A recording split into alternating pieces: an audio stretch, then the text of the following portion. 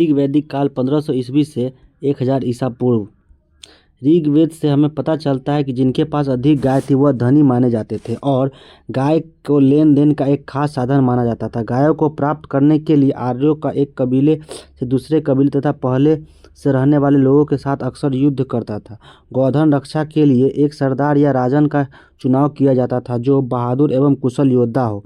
ऋग्वैदिक राजन को किसी विशिष्ट भौगोलिक क्षेत्र का अस्थायी रूप से शासन करने वाला राजा नहीं माना जाता था, क्योंकि राजनीतिक अवधारणाओं में क्षेत्रीयता को इंगित करने वाले शब्द जैसे जनपद, राष्ट्र, राज्य का उल्लेख कम ही मिलता है। अतः ऋग्वैदिक काल का राजन एक कबीले के मुखिया से अधिक कुछ नहीं था। कबीला क्या होता है? कबीले में एक वंश या परिवार के कई पीढ़ी के लोग एक साथ रहते थे।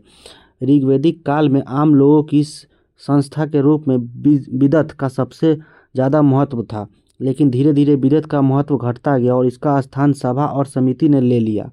सभा का विशिष्ट स्थान था जिसके सदस्य केवल प्रतिष्ठित लोग हुआ करते थे, जबकि समिति का आम लोगों की संस्था थी। इन संस्थाओं की बैठक में राजा का भाग लेना अनिवार्य था। इनकी बैठक में समस्याओं का समाधान आपस में सलाह मशवरा से करते थे। इन संस्थाओं की बैठक में महिलाएं भी भाग लेती थी। इन संस्थाओं में कबीले के लोग युद्ध में प्राप्त धन का बंटवारा एवं राजा का चुनाव करते थे। आवश्यकता पड़ने पर समिति के सदस्य युद्ध में सैनिक कार्य भी करते थे। ऋग्वैदिक काल में आर्यों का मुख्य पेशा पशुपालन था। इसके लिए उन्हें चारे की तलाश में अलग अलग स्थानों पर जाना पड़ता था। एक जगह चारा खत्म हो जाने पर वे दूसरी जगह चले जाते थे। इस कारण विभिन्न कबीलों का किसी खास क्षेत्र पर अधिकार नहीं होता है। राजन क्या किसी क्षेत्र का स्वामी नहीं होता, बल्कि कबीले के सभी लोगों पर उसका शासन होता है। उसका चुनाव कबीले के सभी लोग मिलकर करते थे। अस्थायी रूप से नहीं बसने के कारण खेती भी नहीं कर सकते थे। हमने देखा कि खेती करने के लिए एक स्थान पर कम से कम 3-4 महीने रहना पड़ता है, तभी फसल पककर तैयार हो जाती है।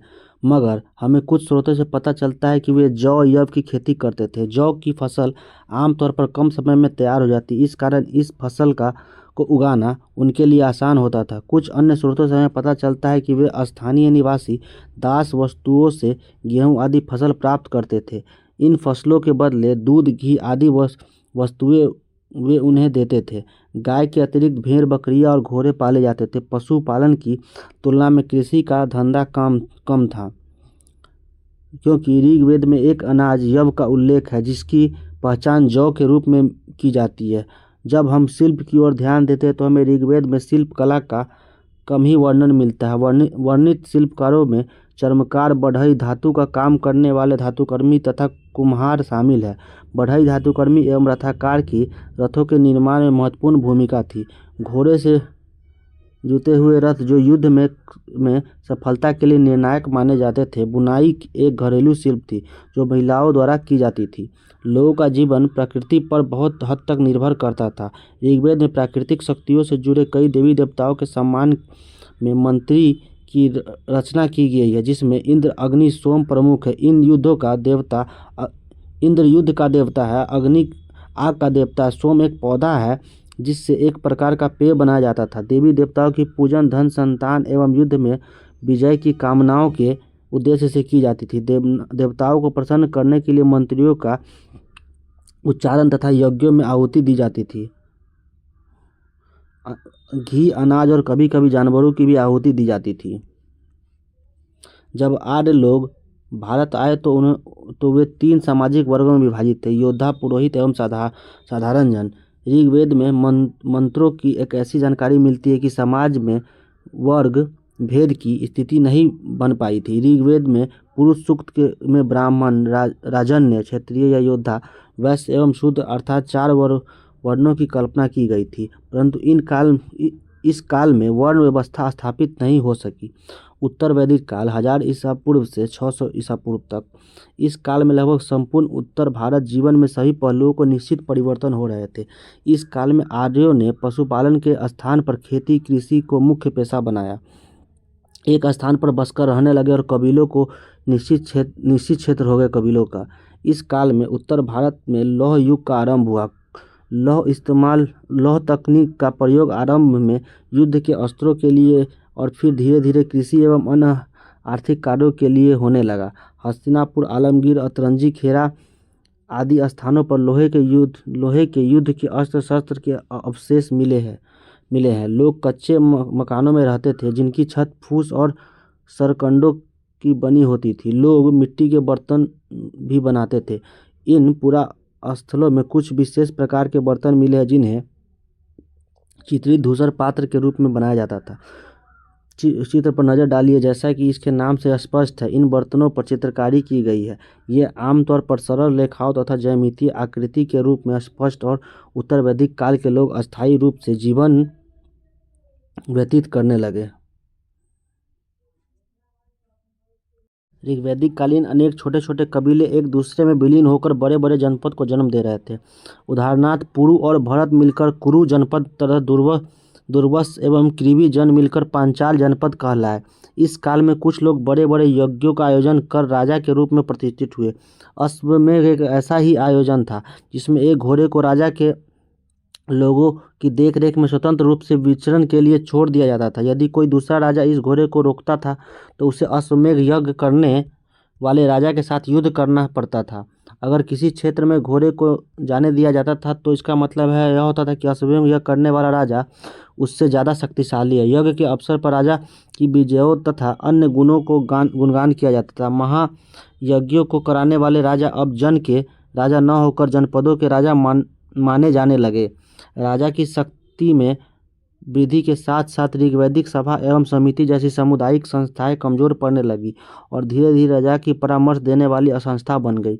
ऋग्वैदिक काल में राजा को बलि के रूप में स्वेच्छा से प्राप्त होने वाला नजराना या उपहार इस काल में अनिवार्य कर में बदल गया। उपहार एवं नजराना क्या होता है? यहाँ कर नियमित ढंग से इकट्ठे किए जाते थे, वही नजराना अनियमित रूप से जब भी संभव हो इकट्ठा किया जाता था।